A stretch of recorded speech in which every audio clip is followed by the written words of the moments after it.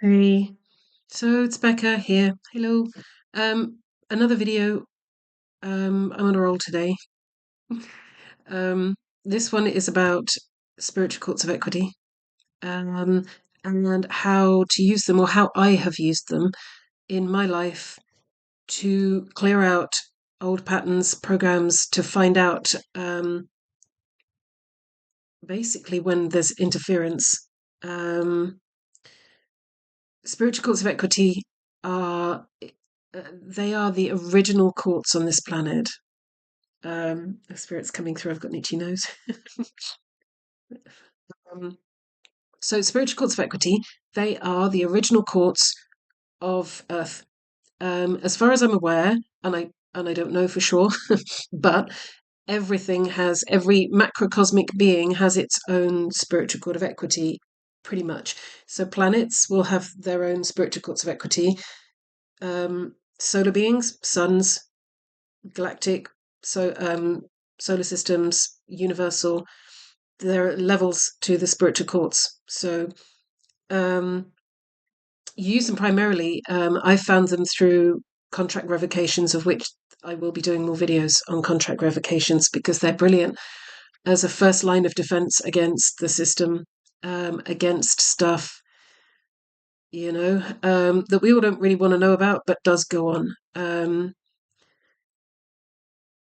To really get back to your soul path, your life path, to really start to get to know yourself, to bring out your own truth, to find your true light signature frequency name, to uncover all of the layers and layers and layers of interference, programs, imprinting, patterning, implants, false soul family, false light beings. I mean, the interference in this planet is horrendous because she's amazing and everybody wants her.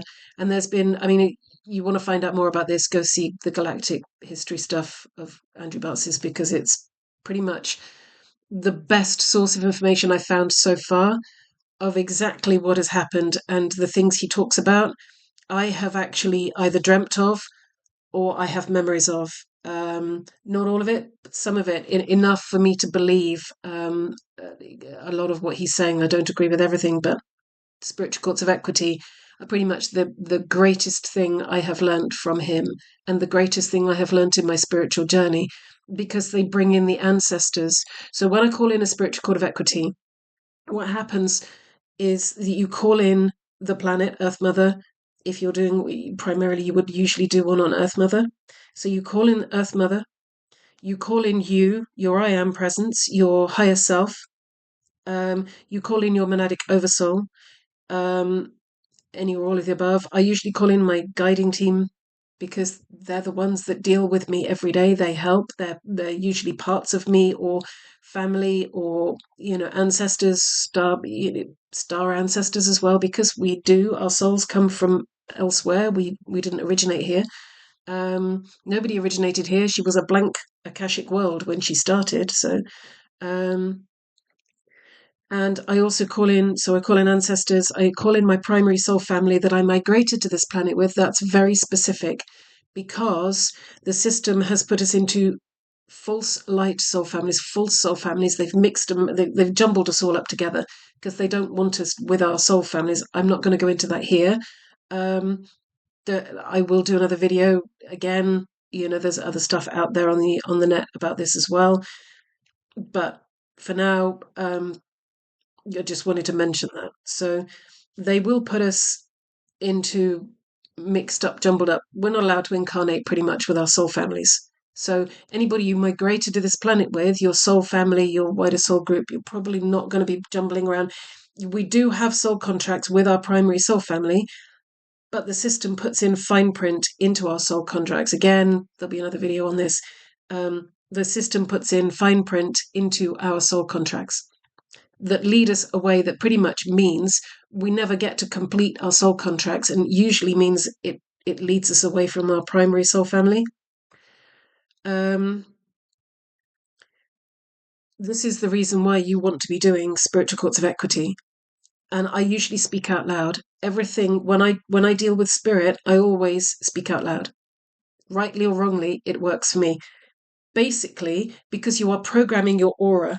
Your energy field is you, but it's also where you interface with life, with the universe, with the rest of everything. So that's where you want your information and you want to control what is in there. That's your protection. That's your first line of defense between you and the universe, and you and anything from the universe. And it's not all light and fluffy, people. Star beings are not all light and fluffy. They have free will. This is a polarity universe, okay? You can't have free will without polarity because you've got to have something to choose from. If you don't have something to choose from, you can't have free will. I'm sorry to all of those who believe that love and light is everything. And there are beings who only spend their time in the light, and that's fine. It's a free will choice. But you have to understand there are an awful lot of beings out there who choose the opposite. And the higher up the scale you go, the more likely you are to encounter, apparently, sacred neutral, which makes sense because sacred neutral is a balance. It is an integration of positive and negative, light and dark, good and evil, life and anti-life. Pick your term. It is not an absence of those. Okay, neutrality is not an absence. It's not an empty space. It is a balancing out of your polarities, which is what we're all trying to do. Again, referencing chemistry, where all of the and again, if I've got this wrong, I'm going to get a raft of comments saying you've got it wrong. But I'm sure in the periodic table, every element it tries to work its way up to, I think it's the inert gases, the noble gases, because they're balanced, they're neutral. That's why. That's the harmony of the universe. That's what the universe is aiming for. But it's evolving as it grows and it spreads. So getting back to the spiritual code of equity, because I've got on off at a bit of a tangent, this is why you want to do spiritual courts of equity, to program your energy field as your first line of defense. This is my will. That's what you're doing when you speak out loud. This is my will. And I'm putting my will out loud into my energy field so that life and the universe understands what my point of view is. Because we don't always, when we only rely on inside, you need to be really, really fine-tuned in how you understand yourself to work out, because there's so much interference. Speaking out loud, it's obvious what your will is, okay? Spiritual courts of equity will then involve you take your problem, just like a court, you take your problem to the spiritual courts of equity and you say, I have a problem with XYZ and that person, and that person, okay? And because you've called in your higher selves, your ancestors, your DNA soul family, your soul family, your guides, everybody gathers that's relevant to that problem, okay? And the macrocosmic beings, Earth Mother, the Sun, depending on what spiritual code of equity you're in, help you to find remedy and resolve. It's important to note that spiritual courts of equity are about remedy and resolve. They are not about justice and judgment, okay? Well, this is where the system on the surface Earth has bastardized, excuse my language, probably going to get penalized for that by YouTube. They have warped our natural system and they've turned it into justice and judgment. So you are a criminal before you become innocent, okay? That's not the way it happens. That's not the way it's supposed to happen because there is no right or wrong. You can't have right or wrong with free will. Okay, free will relies on polarity. It relies on having multiple choices. Otherwise, you can't have free will. Okay, so there is no right or wrong. There cannot be justice and judgment if there is no right or wrong. Okay, so that's it's going a little bit deep, but so the spiritual courts of equity are there to help souls balance out, to find remedy and resolve with an issue that they can't resolve amongst themselves. Okay, and having found that out from contract revocations from Andrew Bartzis, I then took this off myself and every time I go through my stuff, I'm itching because spirits around me, and I'm like, obviously they're trying to tell me something. So yeah, I take them. I call in my I am's presence. I call in my higher self. I call in my oversoul. I call in my soul family. I call in that's my primary soul family that I migrated to this planet with, not my false light soul family, the fake ones that They're all beings. They're lovely, give or take, but they're not my primary soul family. Okay, I'm not going to go into that because there's so much depth around this that it's too much for this video. And you call in your DNA lineage, your ancestors, your DNA lineage, and you ask Earth Mother to oversee the spiritual code of equity for the highest good of everybody. And then you state your case. Job done. Thank you very much. Leave them to it. The next bit is depends on your relationship with life and how sensitive you are to it and how much you're paying attention, because you will notice you'll either dream about spiritual courts of equity. So if you ever have a dream after doing a spiritual court of equity where you're in a room surrounded by people of varying different quantities, and there seems to be one person in the middle speaking, and you're there and you seem to be either observing or taking a major part, you're in a spiritual court of equity. Okay, this comes through in a dream world, but it's a specific section of Earth Mother. You can do solar spiritual courts of equity, galactic spiritual courts of equity, and universal spiritual courts of equity, and you can combine them all into one. Okay? It's a way of letting the macrocosm know you have a problem and you want to. Sorry, my phone's going off in the background. I'm like, and it's the sugar plum fairy. So you want to let the macrocosm know you've got a problem. And you need that sorting out because you are part of the universe and the universe is trying to balance out. It's not a problem, okay? Itchy, itchy, itchy. Lots of beings around. So I'm going to go through now the way that I do it and what I say in order to do it. When I've done that, you keep an eye out. Dreams, visions, feelings. You watch how other people act. You might actually feel a huge amount of energy release as the ancestors take that away, as the spiritual courts of equity take that away, and it rebalances. Okay, you may never see the results. Okay, until later on you find that actually that was removed from your life or that was taken from your life, and it balances out eventually. Just depends on how sensitive you are. I'm very sensitive. I was born with a hyper nervous system. My nervous system is extremely sensitive to things in the world. So, I feel energy very easily.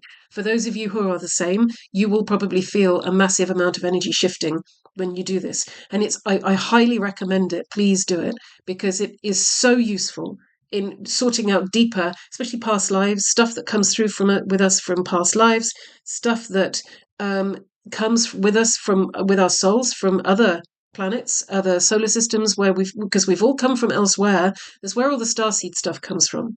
Okay, that's just talking about your soul and where you originated, where you came from. You'll have multiple different star races. The bigger the soul, the older the soul, and the more star races, the more planets, the more solar systems, more universes you've experienced. Okay, so and this comes if you haven't quite sorted stuff out. This can bleed through if you haven't let it go. So spiritual courts of equity are very good for getting ancestors involved. They then get to have their four penneth because they've obviously they're part of you, they're part of your history. You're part of them.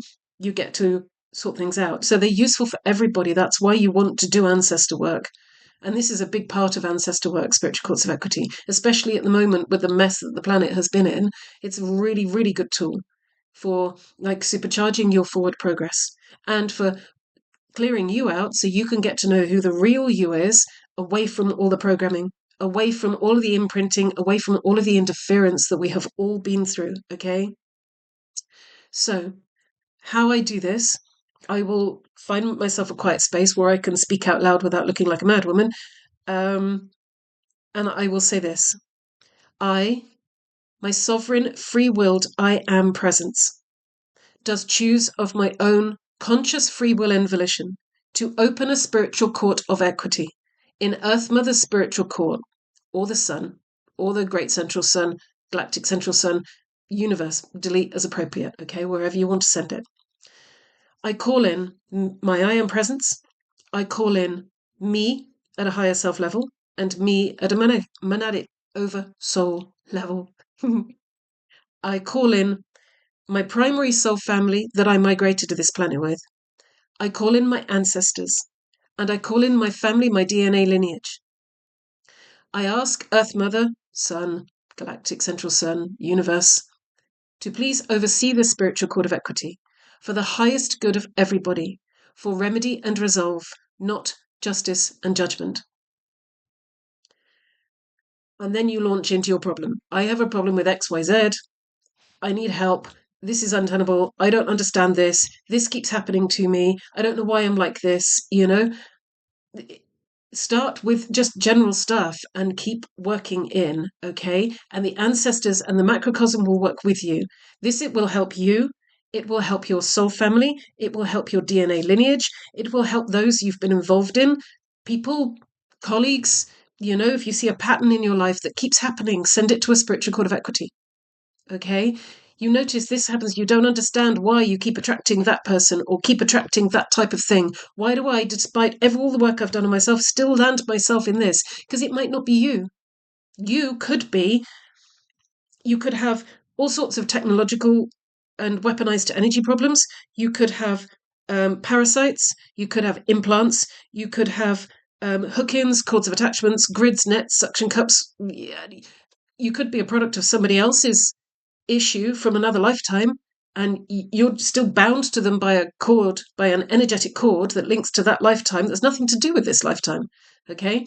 So, hey, it depends. This is deep spiritual work. This is for those people who really do want to clear out, and we all should be doing this. This is energetic cleanliness. Okay? This is where we should be going. Okay? This is what is going to help you free up your energy to find out who you are and what your true light signature frequency name is. And I highly recommend you talk to yourself and say, what is my true light signature frequency name at this moment? And you will be surprised what your energy does. Okay? Any questions? Put them down below. I will try to do more on the deeper things of this. Again, you can reference Galactic Historian. He's a great source of knowledge. There are others doing spiritual courts of equity. This is how I do it. You can put your own words. Okay, they're just my words. You don't have to copy that verbatim. That's how I do it, and then I listen, and I feel, and I watch. Okay, and usually you can see some kind of shifting. Tarot readings, channelings, things people say, people going out of your life, dreams, visions, how you feel, literally your energy, how it changes, things that come in to your life that weren't there before. You may not realize it, and then suddenly you'll find you might have a dream about your granddad or your mum or somebody you knew way back in childhood that you think, why am I dreaming about them? It might be that they're coming back round because they've got a contract with you that has been interfered with. And your spiritual courts of equity have brought that round because you've been working on yourself. So this is why they're so important, okay? There's probably lots more I can say about this, but you get the general impression. Any questions, pop them down below, and I will see you later. Lots of love.